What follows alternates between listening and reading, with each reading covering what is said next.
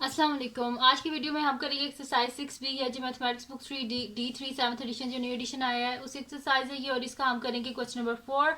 इसे जो पिछले क्वेश्चन से पहले करवा चुकी हूँ उसका लिंक मैं डिस्क्रिप्शन में दे दूंगी, आप वहां से देख लीजिएगा। और अगर अभी तक आपने मेरा चैनल सब्सक्राइब नहीं किया तो उसको सब्सक्राइब कर दीजिए और बेल आइकन को लाजमी प्रेस कर दीजिएगा ताकि आपको न्यू आने वाली वीडियोज़ के बारे में पता चल सके।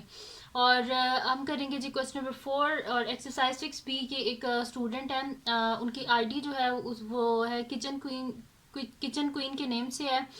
तो वो मुझे कह रही थी कि आप चैप्टर 6 जो है वो कंप्लीट सॉल्व करा दें और जल्दी करा दें। तो मेरे जितने भी स्टूडेंट्स कमेंट करते हैं मेरी कोशिश होती है कि सबके जो भी वो कह रहे हैं मैं उस एक्सरसाइज को सॉल्व करूं, लेकिन अब बहुत ज़्यादा कमेंट्स होते हैं, बहुत ही ज़्यादा।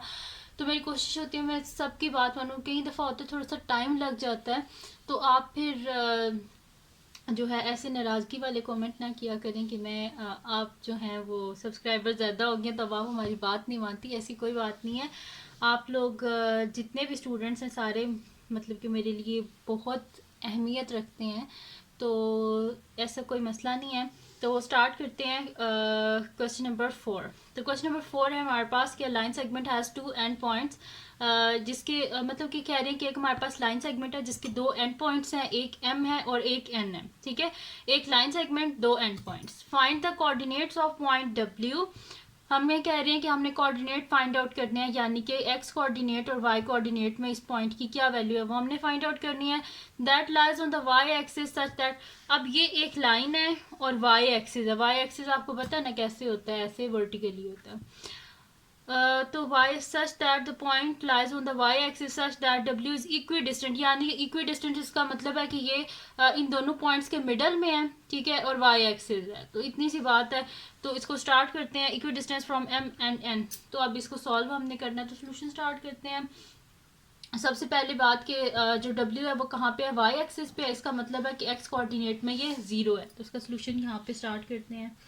यहाँ पे लिख देते हैं सोल्यूशन और इसको लिख लेते हैं since W lies on the y axis, तो इसके x कोऑर्डिनेट ऑफ W क्या हो जाएगा फिर 0। So x coordinate of W is equals to 0।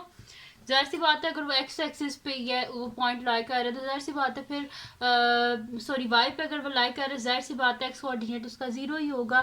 तो यहाँ पे मैं लिख देती हूँ फिर इसके कोऑर्डिनेट में हम इसे किस तरह लिखेंगे, let the coordinates of point W be. यहाँ पे लिख देते हैं लेट द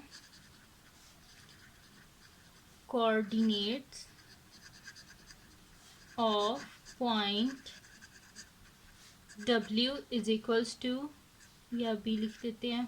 हमारे पास क्या हो जाएंगे, एक्स एक्सिस में 0, वाई एक्सिस में वाई, क्योंकि हमें पता नहीं है वाई एक्सिस में किस क्या वैल्यू है इसकी, वही हमने फाइंड आउट करनी है इसके वाई की वैल्यू को। अब इनने एक और बात बोली थी क्वेश्चन में कि ये क्या है कि यहाँ पे हमारे पास क्या है, W is equidistant from M and from N. क्या है, डब्ल्यू इक्वी डिस्टेंट है, यानी कि इनके मिडल में ही होगा ना, तभी तो इक्वी डिस्टेंट है। तो यहाँ पे मैं लिख देती हूँ कि since W is equidistant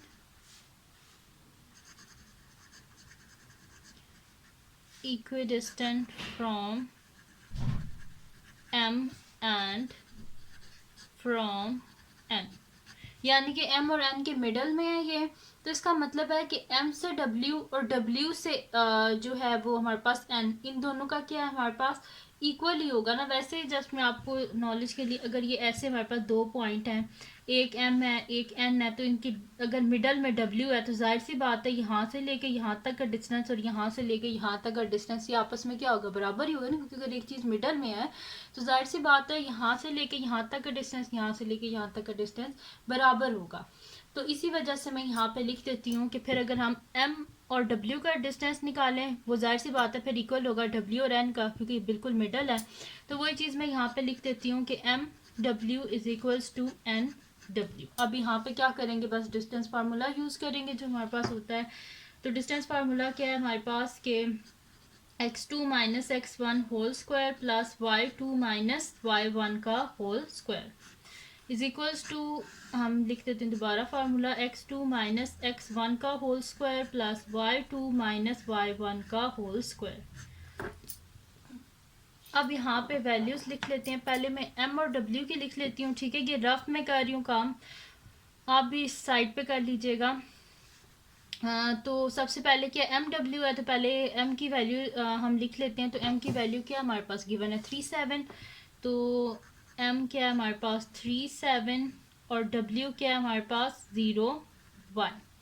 इसी तरह फिर हमारे पास एन क्या है, एन हमारे पास है 11 माइनस 6 और डब्ल्यू क्या है हमारे पास 0 और वाई, ठीक है। ये हो गया।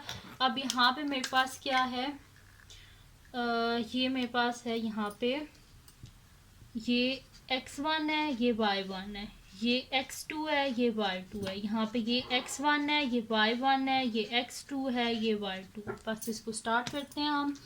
तो यहाँ पे मेरे पास हो जाएगा कि x2 क्या, यहाँ पे मेरे पास है 0 है, ठीक है। तो x2 की जगह लिख देते हैं 0 माइनस x1 क्या है हमारे पास 3 होल स्क्वायर प्लस y2 क्या है हमारे पास y है, ठीक है। तो मैंने y लिख दिया यहाँ पे, माइनस y1 क्या है हमारे पास 7 का whole square is equals to हमारे पास क्या है यहाँ पे x2 क्या है 0 माइनस x1 क्या है 11 होल स्क्वायर प्लस y2 क्या हमारे पास y है और माइनस y1 क्या हमारे पास -6 और इसका होल स्क्वायर। अब यहाँ पे इसको सॉल्व कर लेते हैं। तो ये मेरे पास क्या हो जाएगा, यहाँ पे 0 -3 क्या होता है -3 हो जाएगा। तो मैं यहाँ पे लिख देती हूँ -3 का होल स्क्वायर प्लस y -7 का whole square is equals to -11 का होल स्क्वायर प्लस क्या हो जाएगा माइनस माइनस प्लस, तो y +6 का होल स्क्वायर। अब हमें ये ऊपर ये एक इक्वेशन में कभी भी 2 टाइम्स इक्वल टू का साइन नहीं आता, इस चीज़ का बहुत ख्याल रखिएगा क्योंकि इससे आपके मार्क्स कट सकते हैं। तो अब हमें क्या चाहिए कि ये स्क्वायर रूट जो है इसको हमने ख़त्म करना है बोथ साइड, क्योंकि हमें तो y की वैल्यू चाहिए ना। तो बोथ साइड पे हम क्या कर लेंगे, स्क्वायर ले लेंगे। तो बोथ साइड पे स्क्वायर ले लिया, स्क्वायर और square root cancel out, square और स्क्वायर रूट कैंसिल आउट। अब यहाँ पे पीछे क्या आ जाएगा, -3 का होल स्क्वायर प्लस y -7 का whole square is equals to -11 का होल स्क्वायर प्लस y +6 का होल स्क्वायर। 3 का स्क्वायर क्या होता है हमारे पास 9 और पावर इवन है, इस वजह से माइनस साइन प्लस में चेंज हो जाएगा। प्लस y -7 का होल स्क्वायर है, तो इसका फार्मूला ओपन कर देते हैं। y स्क्वायर -2ab होता है, यानी कि 2 टाइम्स a क्या है मेरे पास y है और b क्या है मेरे पास 7 है, प्लस क्या होता है b का स्क्वायर यानी कि 7 का स्क्वायर इज इक्वल्स टू 11 का स्क्वायर क्या होता है हमारे पास 121 और पावर इवन है, जैसे माइनस साइन प्लस में चेंज हो गया। प्लस इसके ऊपर फार्मूला लगा देंगे a + b होल स्क्वायर का, जो कि हमारे पास होता है a स्क्वायर यानी कि y का square plus 2 times a b और प्लस b का स्क्वायर, ठीक है। a square plus 2ab plus b का स्क्वायर, ये हो जाएगा 9 plus y square -7 2 = 14 y plus 7 का square 49 is equals to 121 plus y square plus 6 2 = 12 y plus 6 का स्क्वायर 36। ये हो गया हमारे पास। अब देख लेते हैं जो ऐड हो रहे हैं वो बोथ साइड पे उनको ऐड कर देते हैं, जैसे कि y स्क्वायर -14y। अब ये 9 प्लस 49, 9 और 49 को ऐड करेंगे तो क्या हो जाएगा हमारे पास 58 is equals to y square plus 12y और 121 में 36 को ऐड कर लेते हैं। 6 + 1 7 और यहाँ पे क्या हो जाएगा मेरे पास 3 4 5 157 हो गया मेरे पास। अब हमने क्या करना है, y का आंसर फाइंड आउट करना है। तो y का आंसर हम लोग फाइंड आउट कर लेते हैं। तो यहाँ पे ये मेरे पास हो जाएगा कि y स्क्वायर -14y प्लस 58, इन सबको एक साइड पे कर लेते हैं। तो -y square -12y -157 is equals to 0। अब यहाँ पे plus y square -y square ये आपस में cancel out, -14y -12y plus 58 -157 ये आ गया हमारे पास, ठीक है। तो अब इसको आगे हम सॉल्व कर लेते हैं। यहाँ पे ये मेरे पास हो जाएगा कि इसको जब हम सॉल्व करेंगे तो यहाँ पे ये मेरे पास हो जाएगा, इन दोनों को ऐड कर लेते हैं तो -14 और -12 है। ठीक है, तो ये क्या हो जाएगा मेरे पास माइनस हो जाएगा मेरे पास -12 है और मेरे पास है -14 -26y और इनको हम ऐड कर लेते हैं तो ये मेरे पास क्या हो जाएगा प्लस माइनस माइनस। इन दोनों को जब हम करेंगे ऐड तो मेरे पास क्या हो जाएगा प्लस माइनस माइनस है, यानी कि सॉरी माइनस होगा। तो 157 में से 58 को हम माइनस कर लेते हैं, तो 157 में से 58 को माइनस कर लें तो 17 में से जब हम 8 को माइनस करें पीछे बचेंगे 9 और 14 में से 5 के तो 9, यानी कि क्या आ जाएगा मेरे पास -99 इज इक्वल्स टू 0। ठीक है जी, अब हमें क्या चाहिए, y का आंसर चाहिए, 99 नहीं चाहिए, तो बोथ साइड पे +99 कर देंगे। -26y -99 + 99 इज इक्वल्स टू 0 + 99, ये दोनों cancel out. -26y is equals to क्या हो गया हमारे पास 99। ठीक है जी, अब क्या हमें चाहिए, y का आंसर चाहिए, साथ में ये 26 नहीं चाहिए। तो हम क्या करेंगे, बोथ साइड पे 26 से क्या कर देंगे, डिवाइड कर देंगे। ये 26 और 26 कैंसिल आउट।